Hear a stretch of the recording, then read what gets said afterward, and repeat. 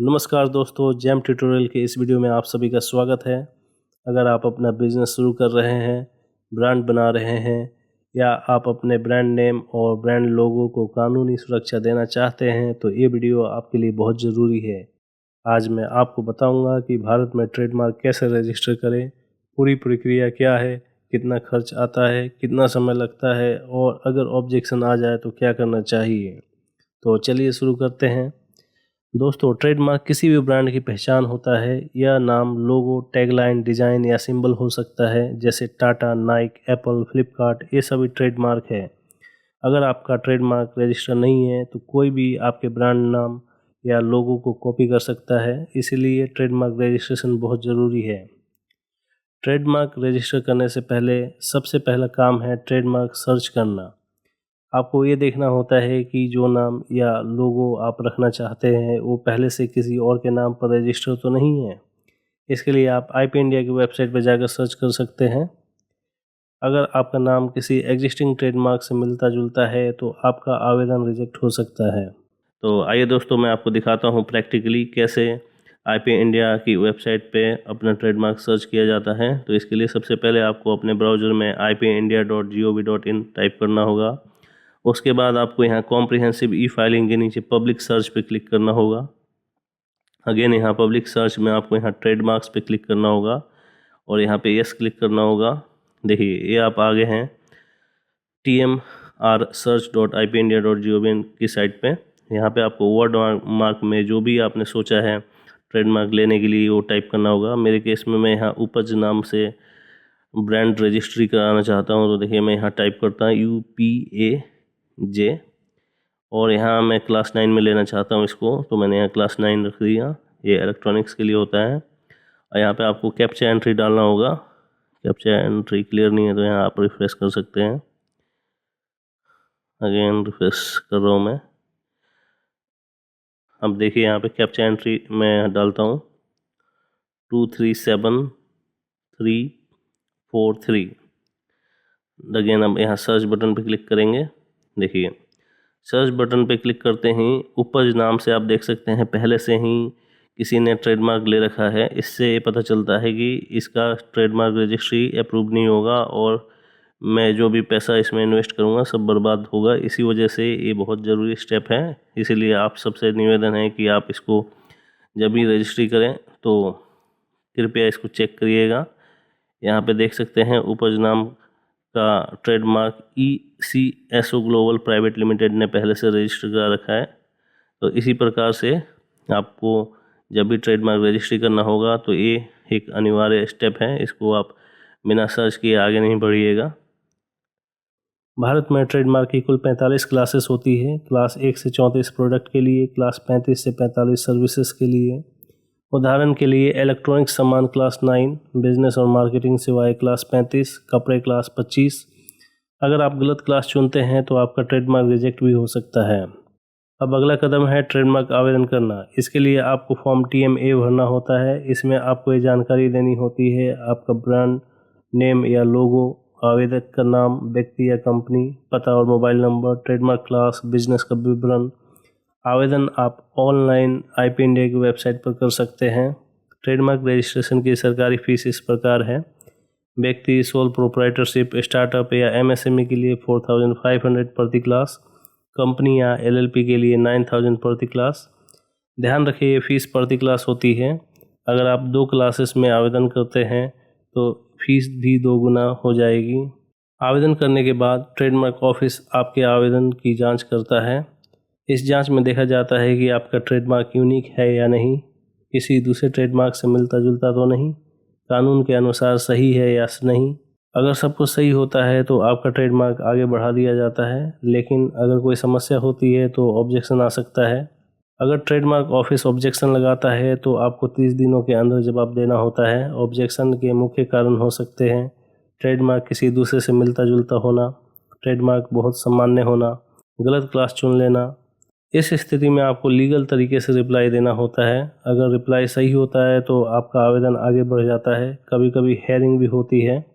अगर आपका trademark accepted हो जाता है तो उसे ट्रेडमार्क जर्नल में प्रकाशित किया जाता है। ये पब्लिकेशन 4 महीने के लिए होती है। इस दौरान कोई भी व्यक्ति आपके ट्रेडमार्क के खिलाफ ऑपोजिशन दाखिल कर सकता है। अगर कोई व्यक्ति आपके ट्रेडमार्क का विरोध करता है तो मामला कानूनी प्रक्रिया में चला जाता है। इसमें दोनों पक्षों को एविडेंस देना होता है। अगर आप केस जीत जाते हैं तो आपका ट्रेडमार्क रजिस्टर हो जाता है। अगर कोई ऑपोजिशन नहीं आता या आप केस जीत जाते हैं तो ट्रेडमार्क ऑफिस आपको ट्रेडमार्क रजिस्ट्रेशन सर्टिफिकेट जारी करता है।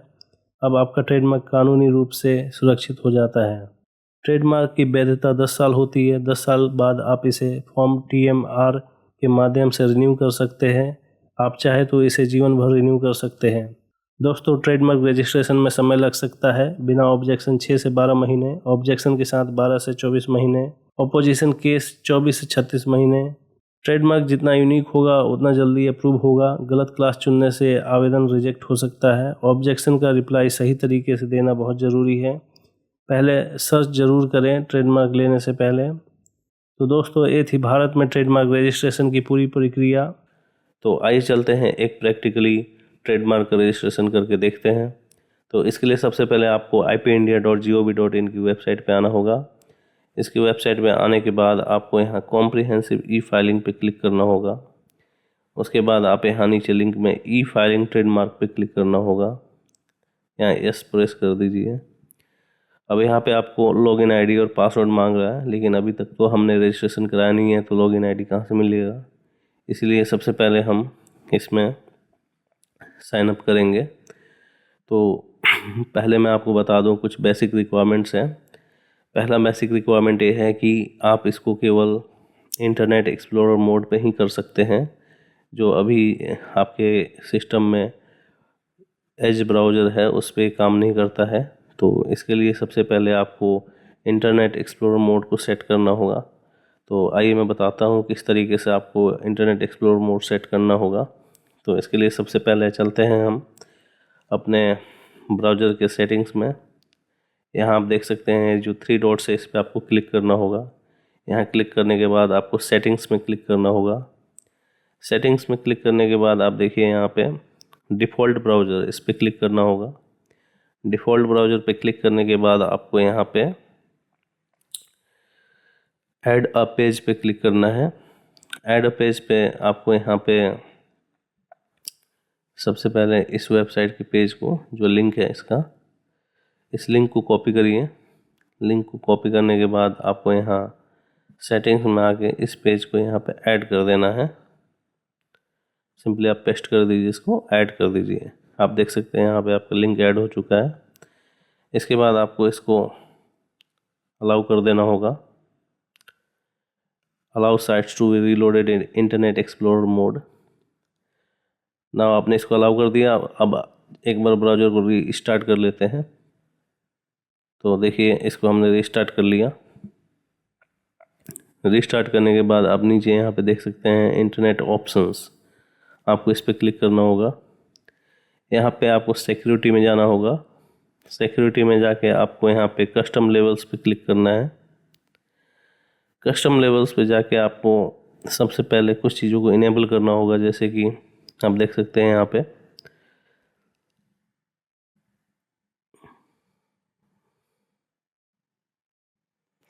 एक्टिव एक्स कंट्रोल्स जो हैं, देखिए यहाँ पे active X controls and plugins, ये आपका इनेबल होना चाहिए।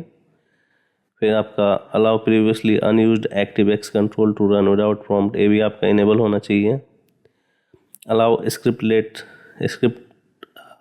इसको भी आपको इनेबल करना होगा। Automatic prompting for active X control, ये भी आपका इनेबल होना चाहिए। और नीचे आप देख सकते हैं download science active X control, इसको कुछ नहीं करना भी। डाउनलोड अनसाइन ये भी डिसेबल।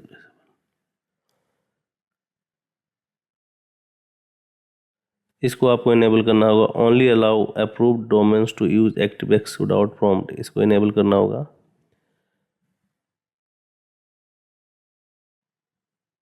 आप देख सकते हैं जो भी चीज़ें इनेबल्ड हैं वो इनेबल्ड होनी चाहिए। उसके बाद आपको ओके पे क्लिक करना है। ओके पे क्लिक करने के बाद आपको यहाँ पे अप्लाई पे क्लिक कर देना है। मैंने कोई चीज़ इनेबल नहीं किया, मेरे पहले से इनेबल है इसलिए अप्लाई नहीं क्लिक कर रहा हूँ। यहाँ ओके करना है। अब आपका वेबसाइट ऐड हो गया इंटरनेट एक्सप्लोरर मोड पे। तो अब चलते हैं आगे के प्रोसीजर पे। तो आप देख सकते हैं यहाँ पे इंटरनेट एक्सप्लोरर का सिंबल आ चुका है। तो अब चलते हैं नेक्स्ट स्टेप पे। नेक्स्ट स्टेप में आपको सबसे पहले कंपोनेंट कैपीकॉम DLL को डाउनलोड करना होगा। यहाँ पे डाउनलोड करने के बाद सेव करना है इसको। सेव करने के बाद चलते हैं डाउनलोड फोल्डर में। यहाँ डाउनलोड फोल्डर में देखिए कैपीकॉम 3 का नाम है, इसको सबसे पहले एक्सट्रैक्ट करेंगे। इसी में मैंने एक्सट्रैक्ट कर लिया और एक्सट्रैक्ट करने के बाद आपको इसको कॉपी करना होगा, इस फाइल को। इस फाइल को कॉपी करने के बाद आपको चलना है सी ड्राइव में पेस्ट करेंगे। लेकिन इससे पहले आप अपने कंप्यूटर का देखिए कि आपका कंप्यूटर कौन सा है, 32 बिट है या 64 बिट है। तो इसके लिए सबसे पहले आपको अपने माई कंप्यूटर की प्रॉपर्टीज़ को देखना होगा। तो यहाँ चलते हैं।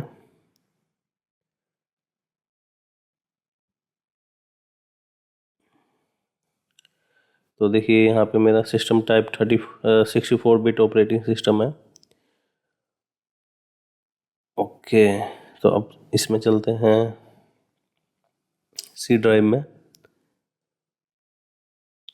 सी ड्राइव में आपको यहाँ पे सिंपली सर्च करना है SYSWO64। फोल्डर को ओपन कर लेना है। ओपन करने के बाद आपने जो फाइल कॉपी किया था उसको इसमें पेस्ट करना होगा। तो मैंने देखिए यहाँ पे पेस्ट कर दिया। इसमें पहले से है, मैंने इसको रिप्लेस कर दिया। आपका नहीं होगा तो आप इसको कॉपी यहाँ कंटिन्यू कर दीजिए। ओके, अब आपका इसमें फाइल कॉपी हो चुका है। अब इसी में हम लोग लोकेट करेंगे CMD कमांड। CMD देखिए इसमें CMD आ गया, कमांड प्रॉम्प्ट आ गया। इसको आपको रन एज एडमिनिस्ट्रेटर करना है। यहाँ यस कर दीजिए। यस करने के बाद आपको यहाँ सिंपली टाइप करना CD डॉट एंटर करना है। एंटर करने के बाद आपको कुछ कमांड्स कॉपी करनी होगी। इसके बाद आपको लिखना है CD SYSWO64।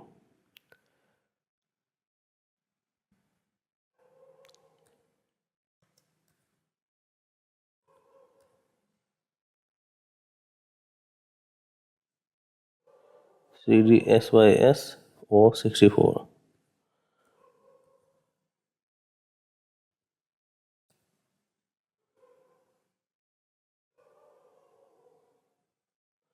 उसके बाद आपको एंटर प्रेस करना है। एंटर प्रेस करने के बाद आपको लिखना है REGSVR32। REGSVR32 capicom .DLL। ये हैं, देखते हैं, एक बार चेक कर लेते हैं।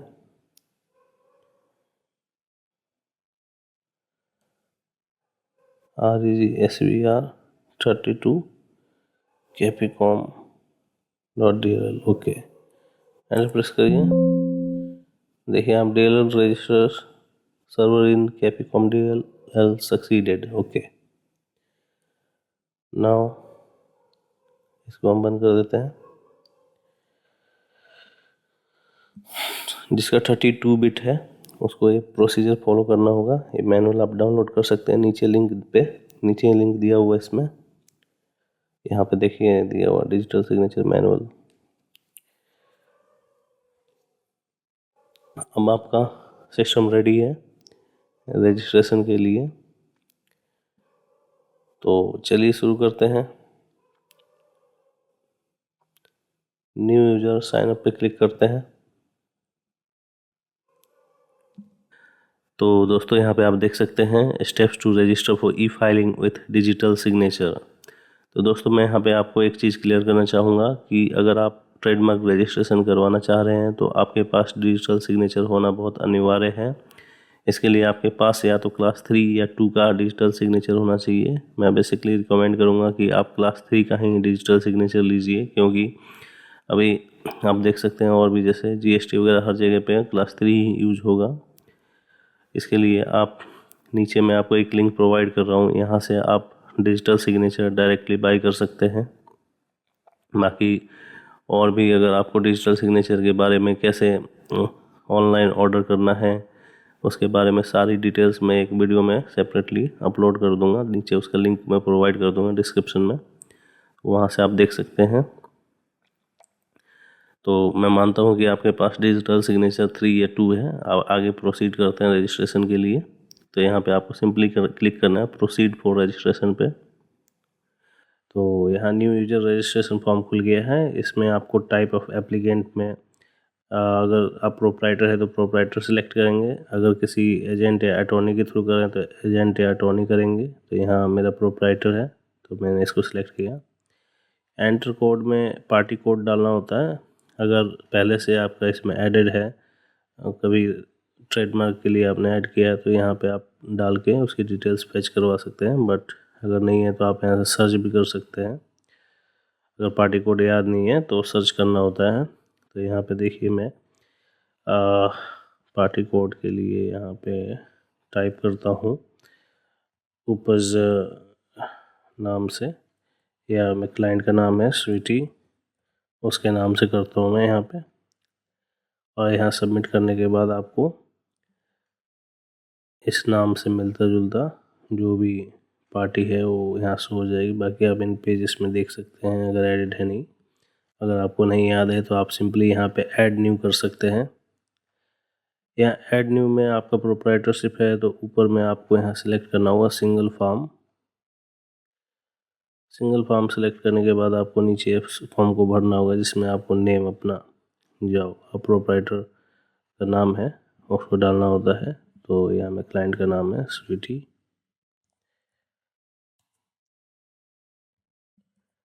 कुमारी।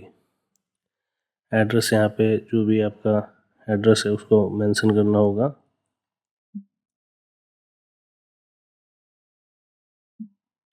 एड्रेस मेंशन करने के बाद आपको यहाँ पे टेलीफोन नंबर, मोबाइल नंबर जो भी है आपका डालना होगा।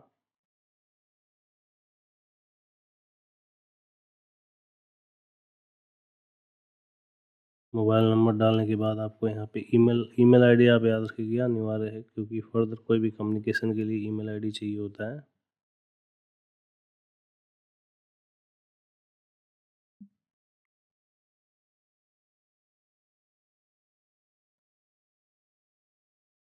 तो आप सिंपली ट्रेड डिस्क्रिप्शन में लिख सकते हैं जो भी आपका ट्रेड है, जिसमें भी आपका ट्रेड करते हैं, जैसे sole proprietorship engaged in online trading and marketing of consumer goods through e commerce platform.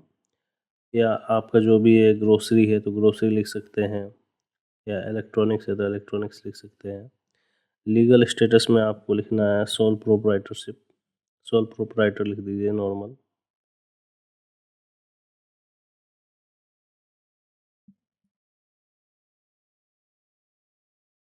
इसको लिखने के बाद आपको इसको सबमिट कर देना है।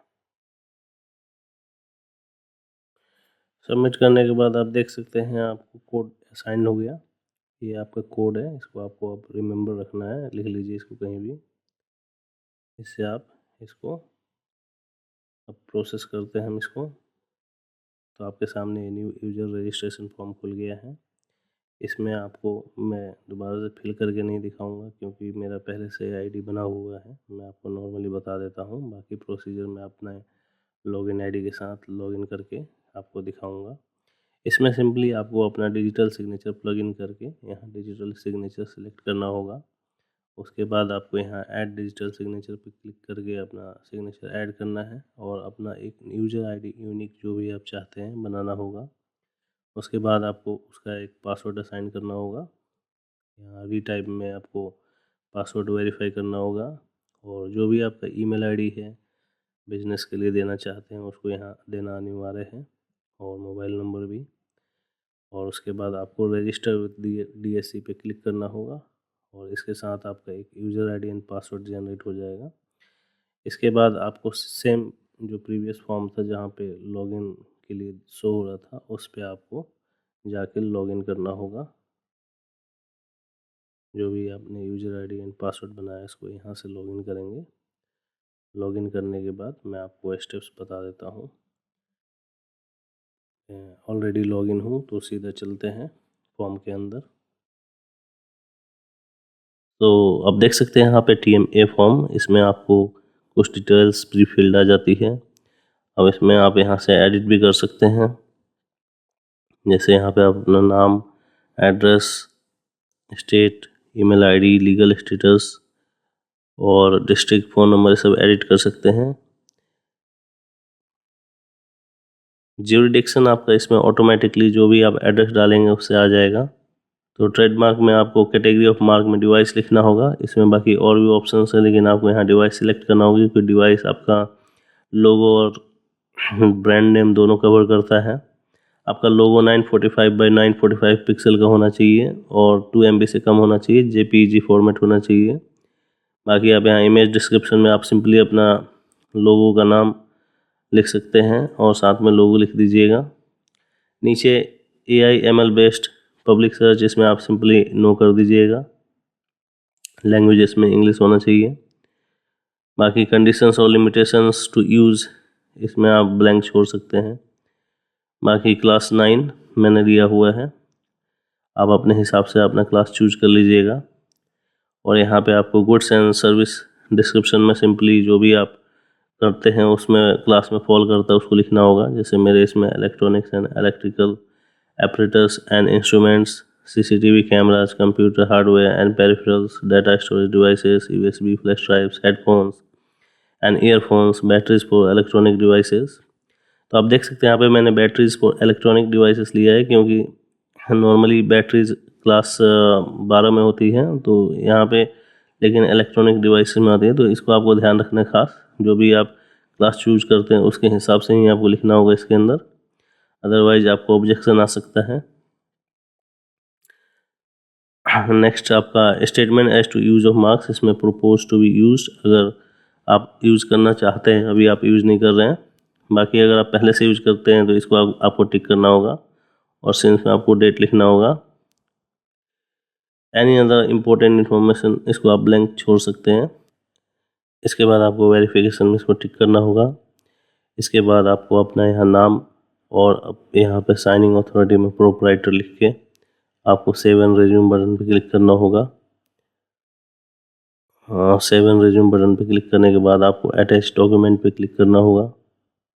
अब यहाँ पे देखिए ऑथराइजेशन डॉक्यूमेंट POA, अगर पावर ऑफ अटॉर्नी किसी को है, अटॉर्नी दे रहे हैं तो वो यहाँ पे करेगा। इसमें अगर कोई स्टार्टअप है तो यहाँ स्टार्टअप के लिए, स्मॉल इंटरप्राइज के लिए, और यहाँ पे मैं अभी अदर डॉक्यूमेंट में करता हूँ। अदर डॉक्यूमेंट में करने के बाद मैं इसमें अपना GST सर्टिफिकेट लगाऊंगा।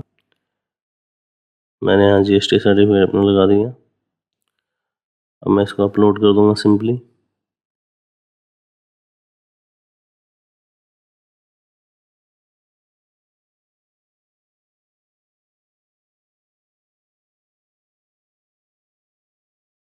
ओके, 2 टाइम हो गया, डिलीट कर देता हूँ फिर मैं इसमें से।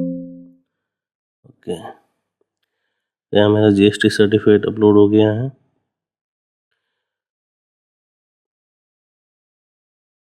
और यहाँ से आपको डन बटन पे क्लिक करना है। ओके, नाउ अब इसमें हम डिजिटली साइन एंड सबमिट पे क्लिक करेंगे।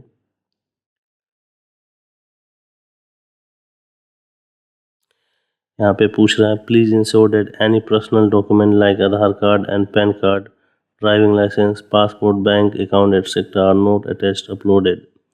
तो आपको इसमें देखना है कि आप आधार कार्ड, पैन कार्ड इसमें नहीं डालेंगे, ड्राइविंग लाइसेंस, पासपोर्ट वगैरह ये सब नहीं डालना है। आप अगर MSME कर रहे हैं तो आप अपना उद्यम सर्टिफिकेट डाल सकते हैं, GST डाल सकते हैं। इसके अलावा आपको इसमें कुछ नहीं डालना है। ओके, मैंने इसको कैंसिल कर दिया एक्चुअली। ऑलराइट, तो सबसे पहले आपको अपना DSC प्लगइन करना होगा। उसके बाद आपको सिलेक्ट टू साइन पे क्लिक करना होगा। सिलेक्ट टू साइन पे क्लिक करने के बाद आपको क्लिक टू डिजिटली साइन पे क्लिक करना होगा। इसमें आपको अपना डिजिटल सिग्नेचर चूज करना होगा। मेरा ये वाला है।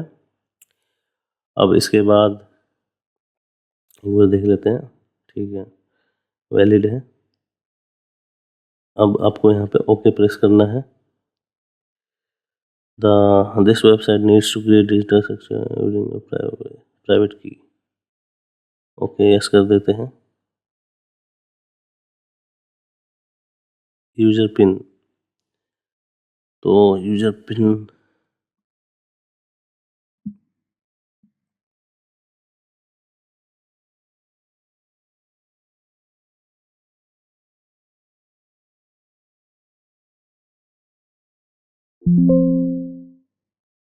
Document signed successfully. ओके, इसमें यूजर पिन आपको आपके डिवाइस के साथ ही मिलता है, वहीं आपको डालना होता है यूजर पिन में। तो अब ये साइंड हो चुका है। Document signed successfully for application. अब आपको पेमेंट करना होगा। सो यहाँ पे आप देख सकते हैं आपको एक टेम्परेरी नंबर मिल गया है। अब चलते हैं पेमेंट पे।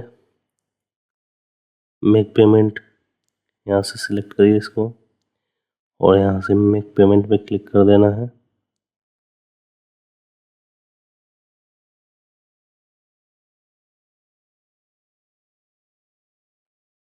और यहाँ से हम मेक पेमेंट पे क्लिक करना होगा। अब आपके सामने देखिए कंफर्मेशन पेज है, इसको आपको कंफर्म करना होगा।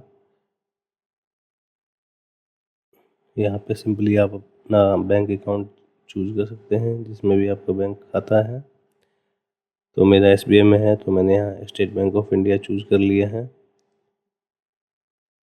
बाकी इसके बाद आपको कैप्चा एंट्री डालना होता है और नीचे आपको टिक करना होगा आई एक्नॉलेज चेक बॉक्स को, और इसके बाद आपको पे बटन पे क्लिक करना होता है। ट्रांजैक्शन समरी में भी आपको पे नाउ बटन पे क्लिक करना है। ये अमाउंट दिखाता है आपका जो भी लग रहा है।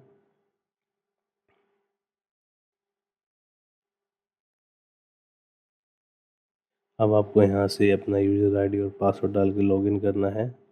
मेरा बिजनेस अकाउंट है तो मैं कॉर्पोरेट बैंकिंग पर सिलेक्ट करूँगा।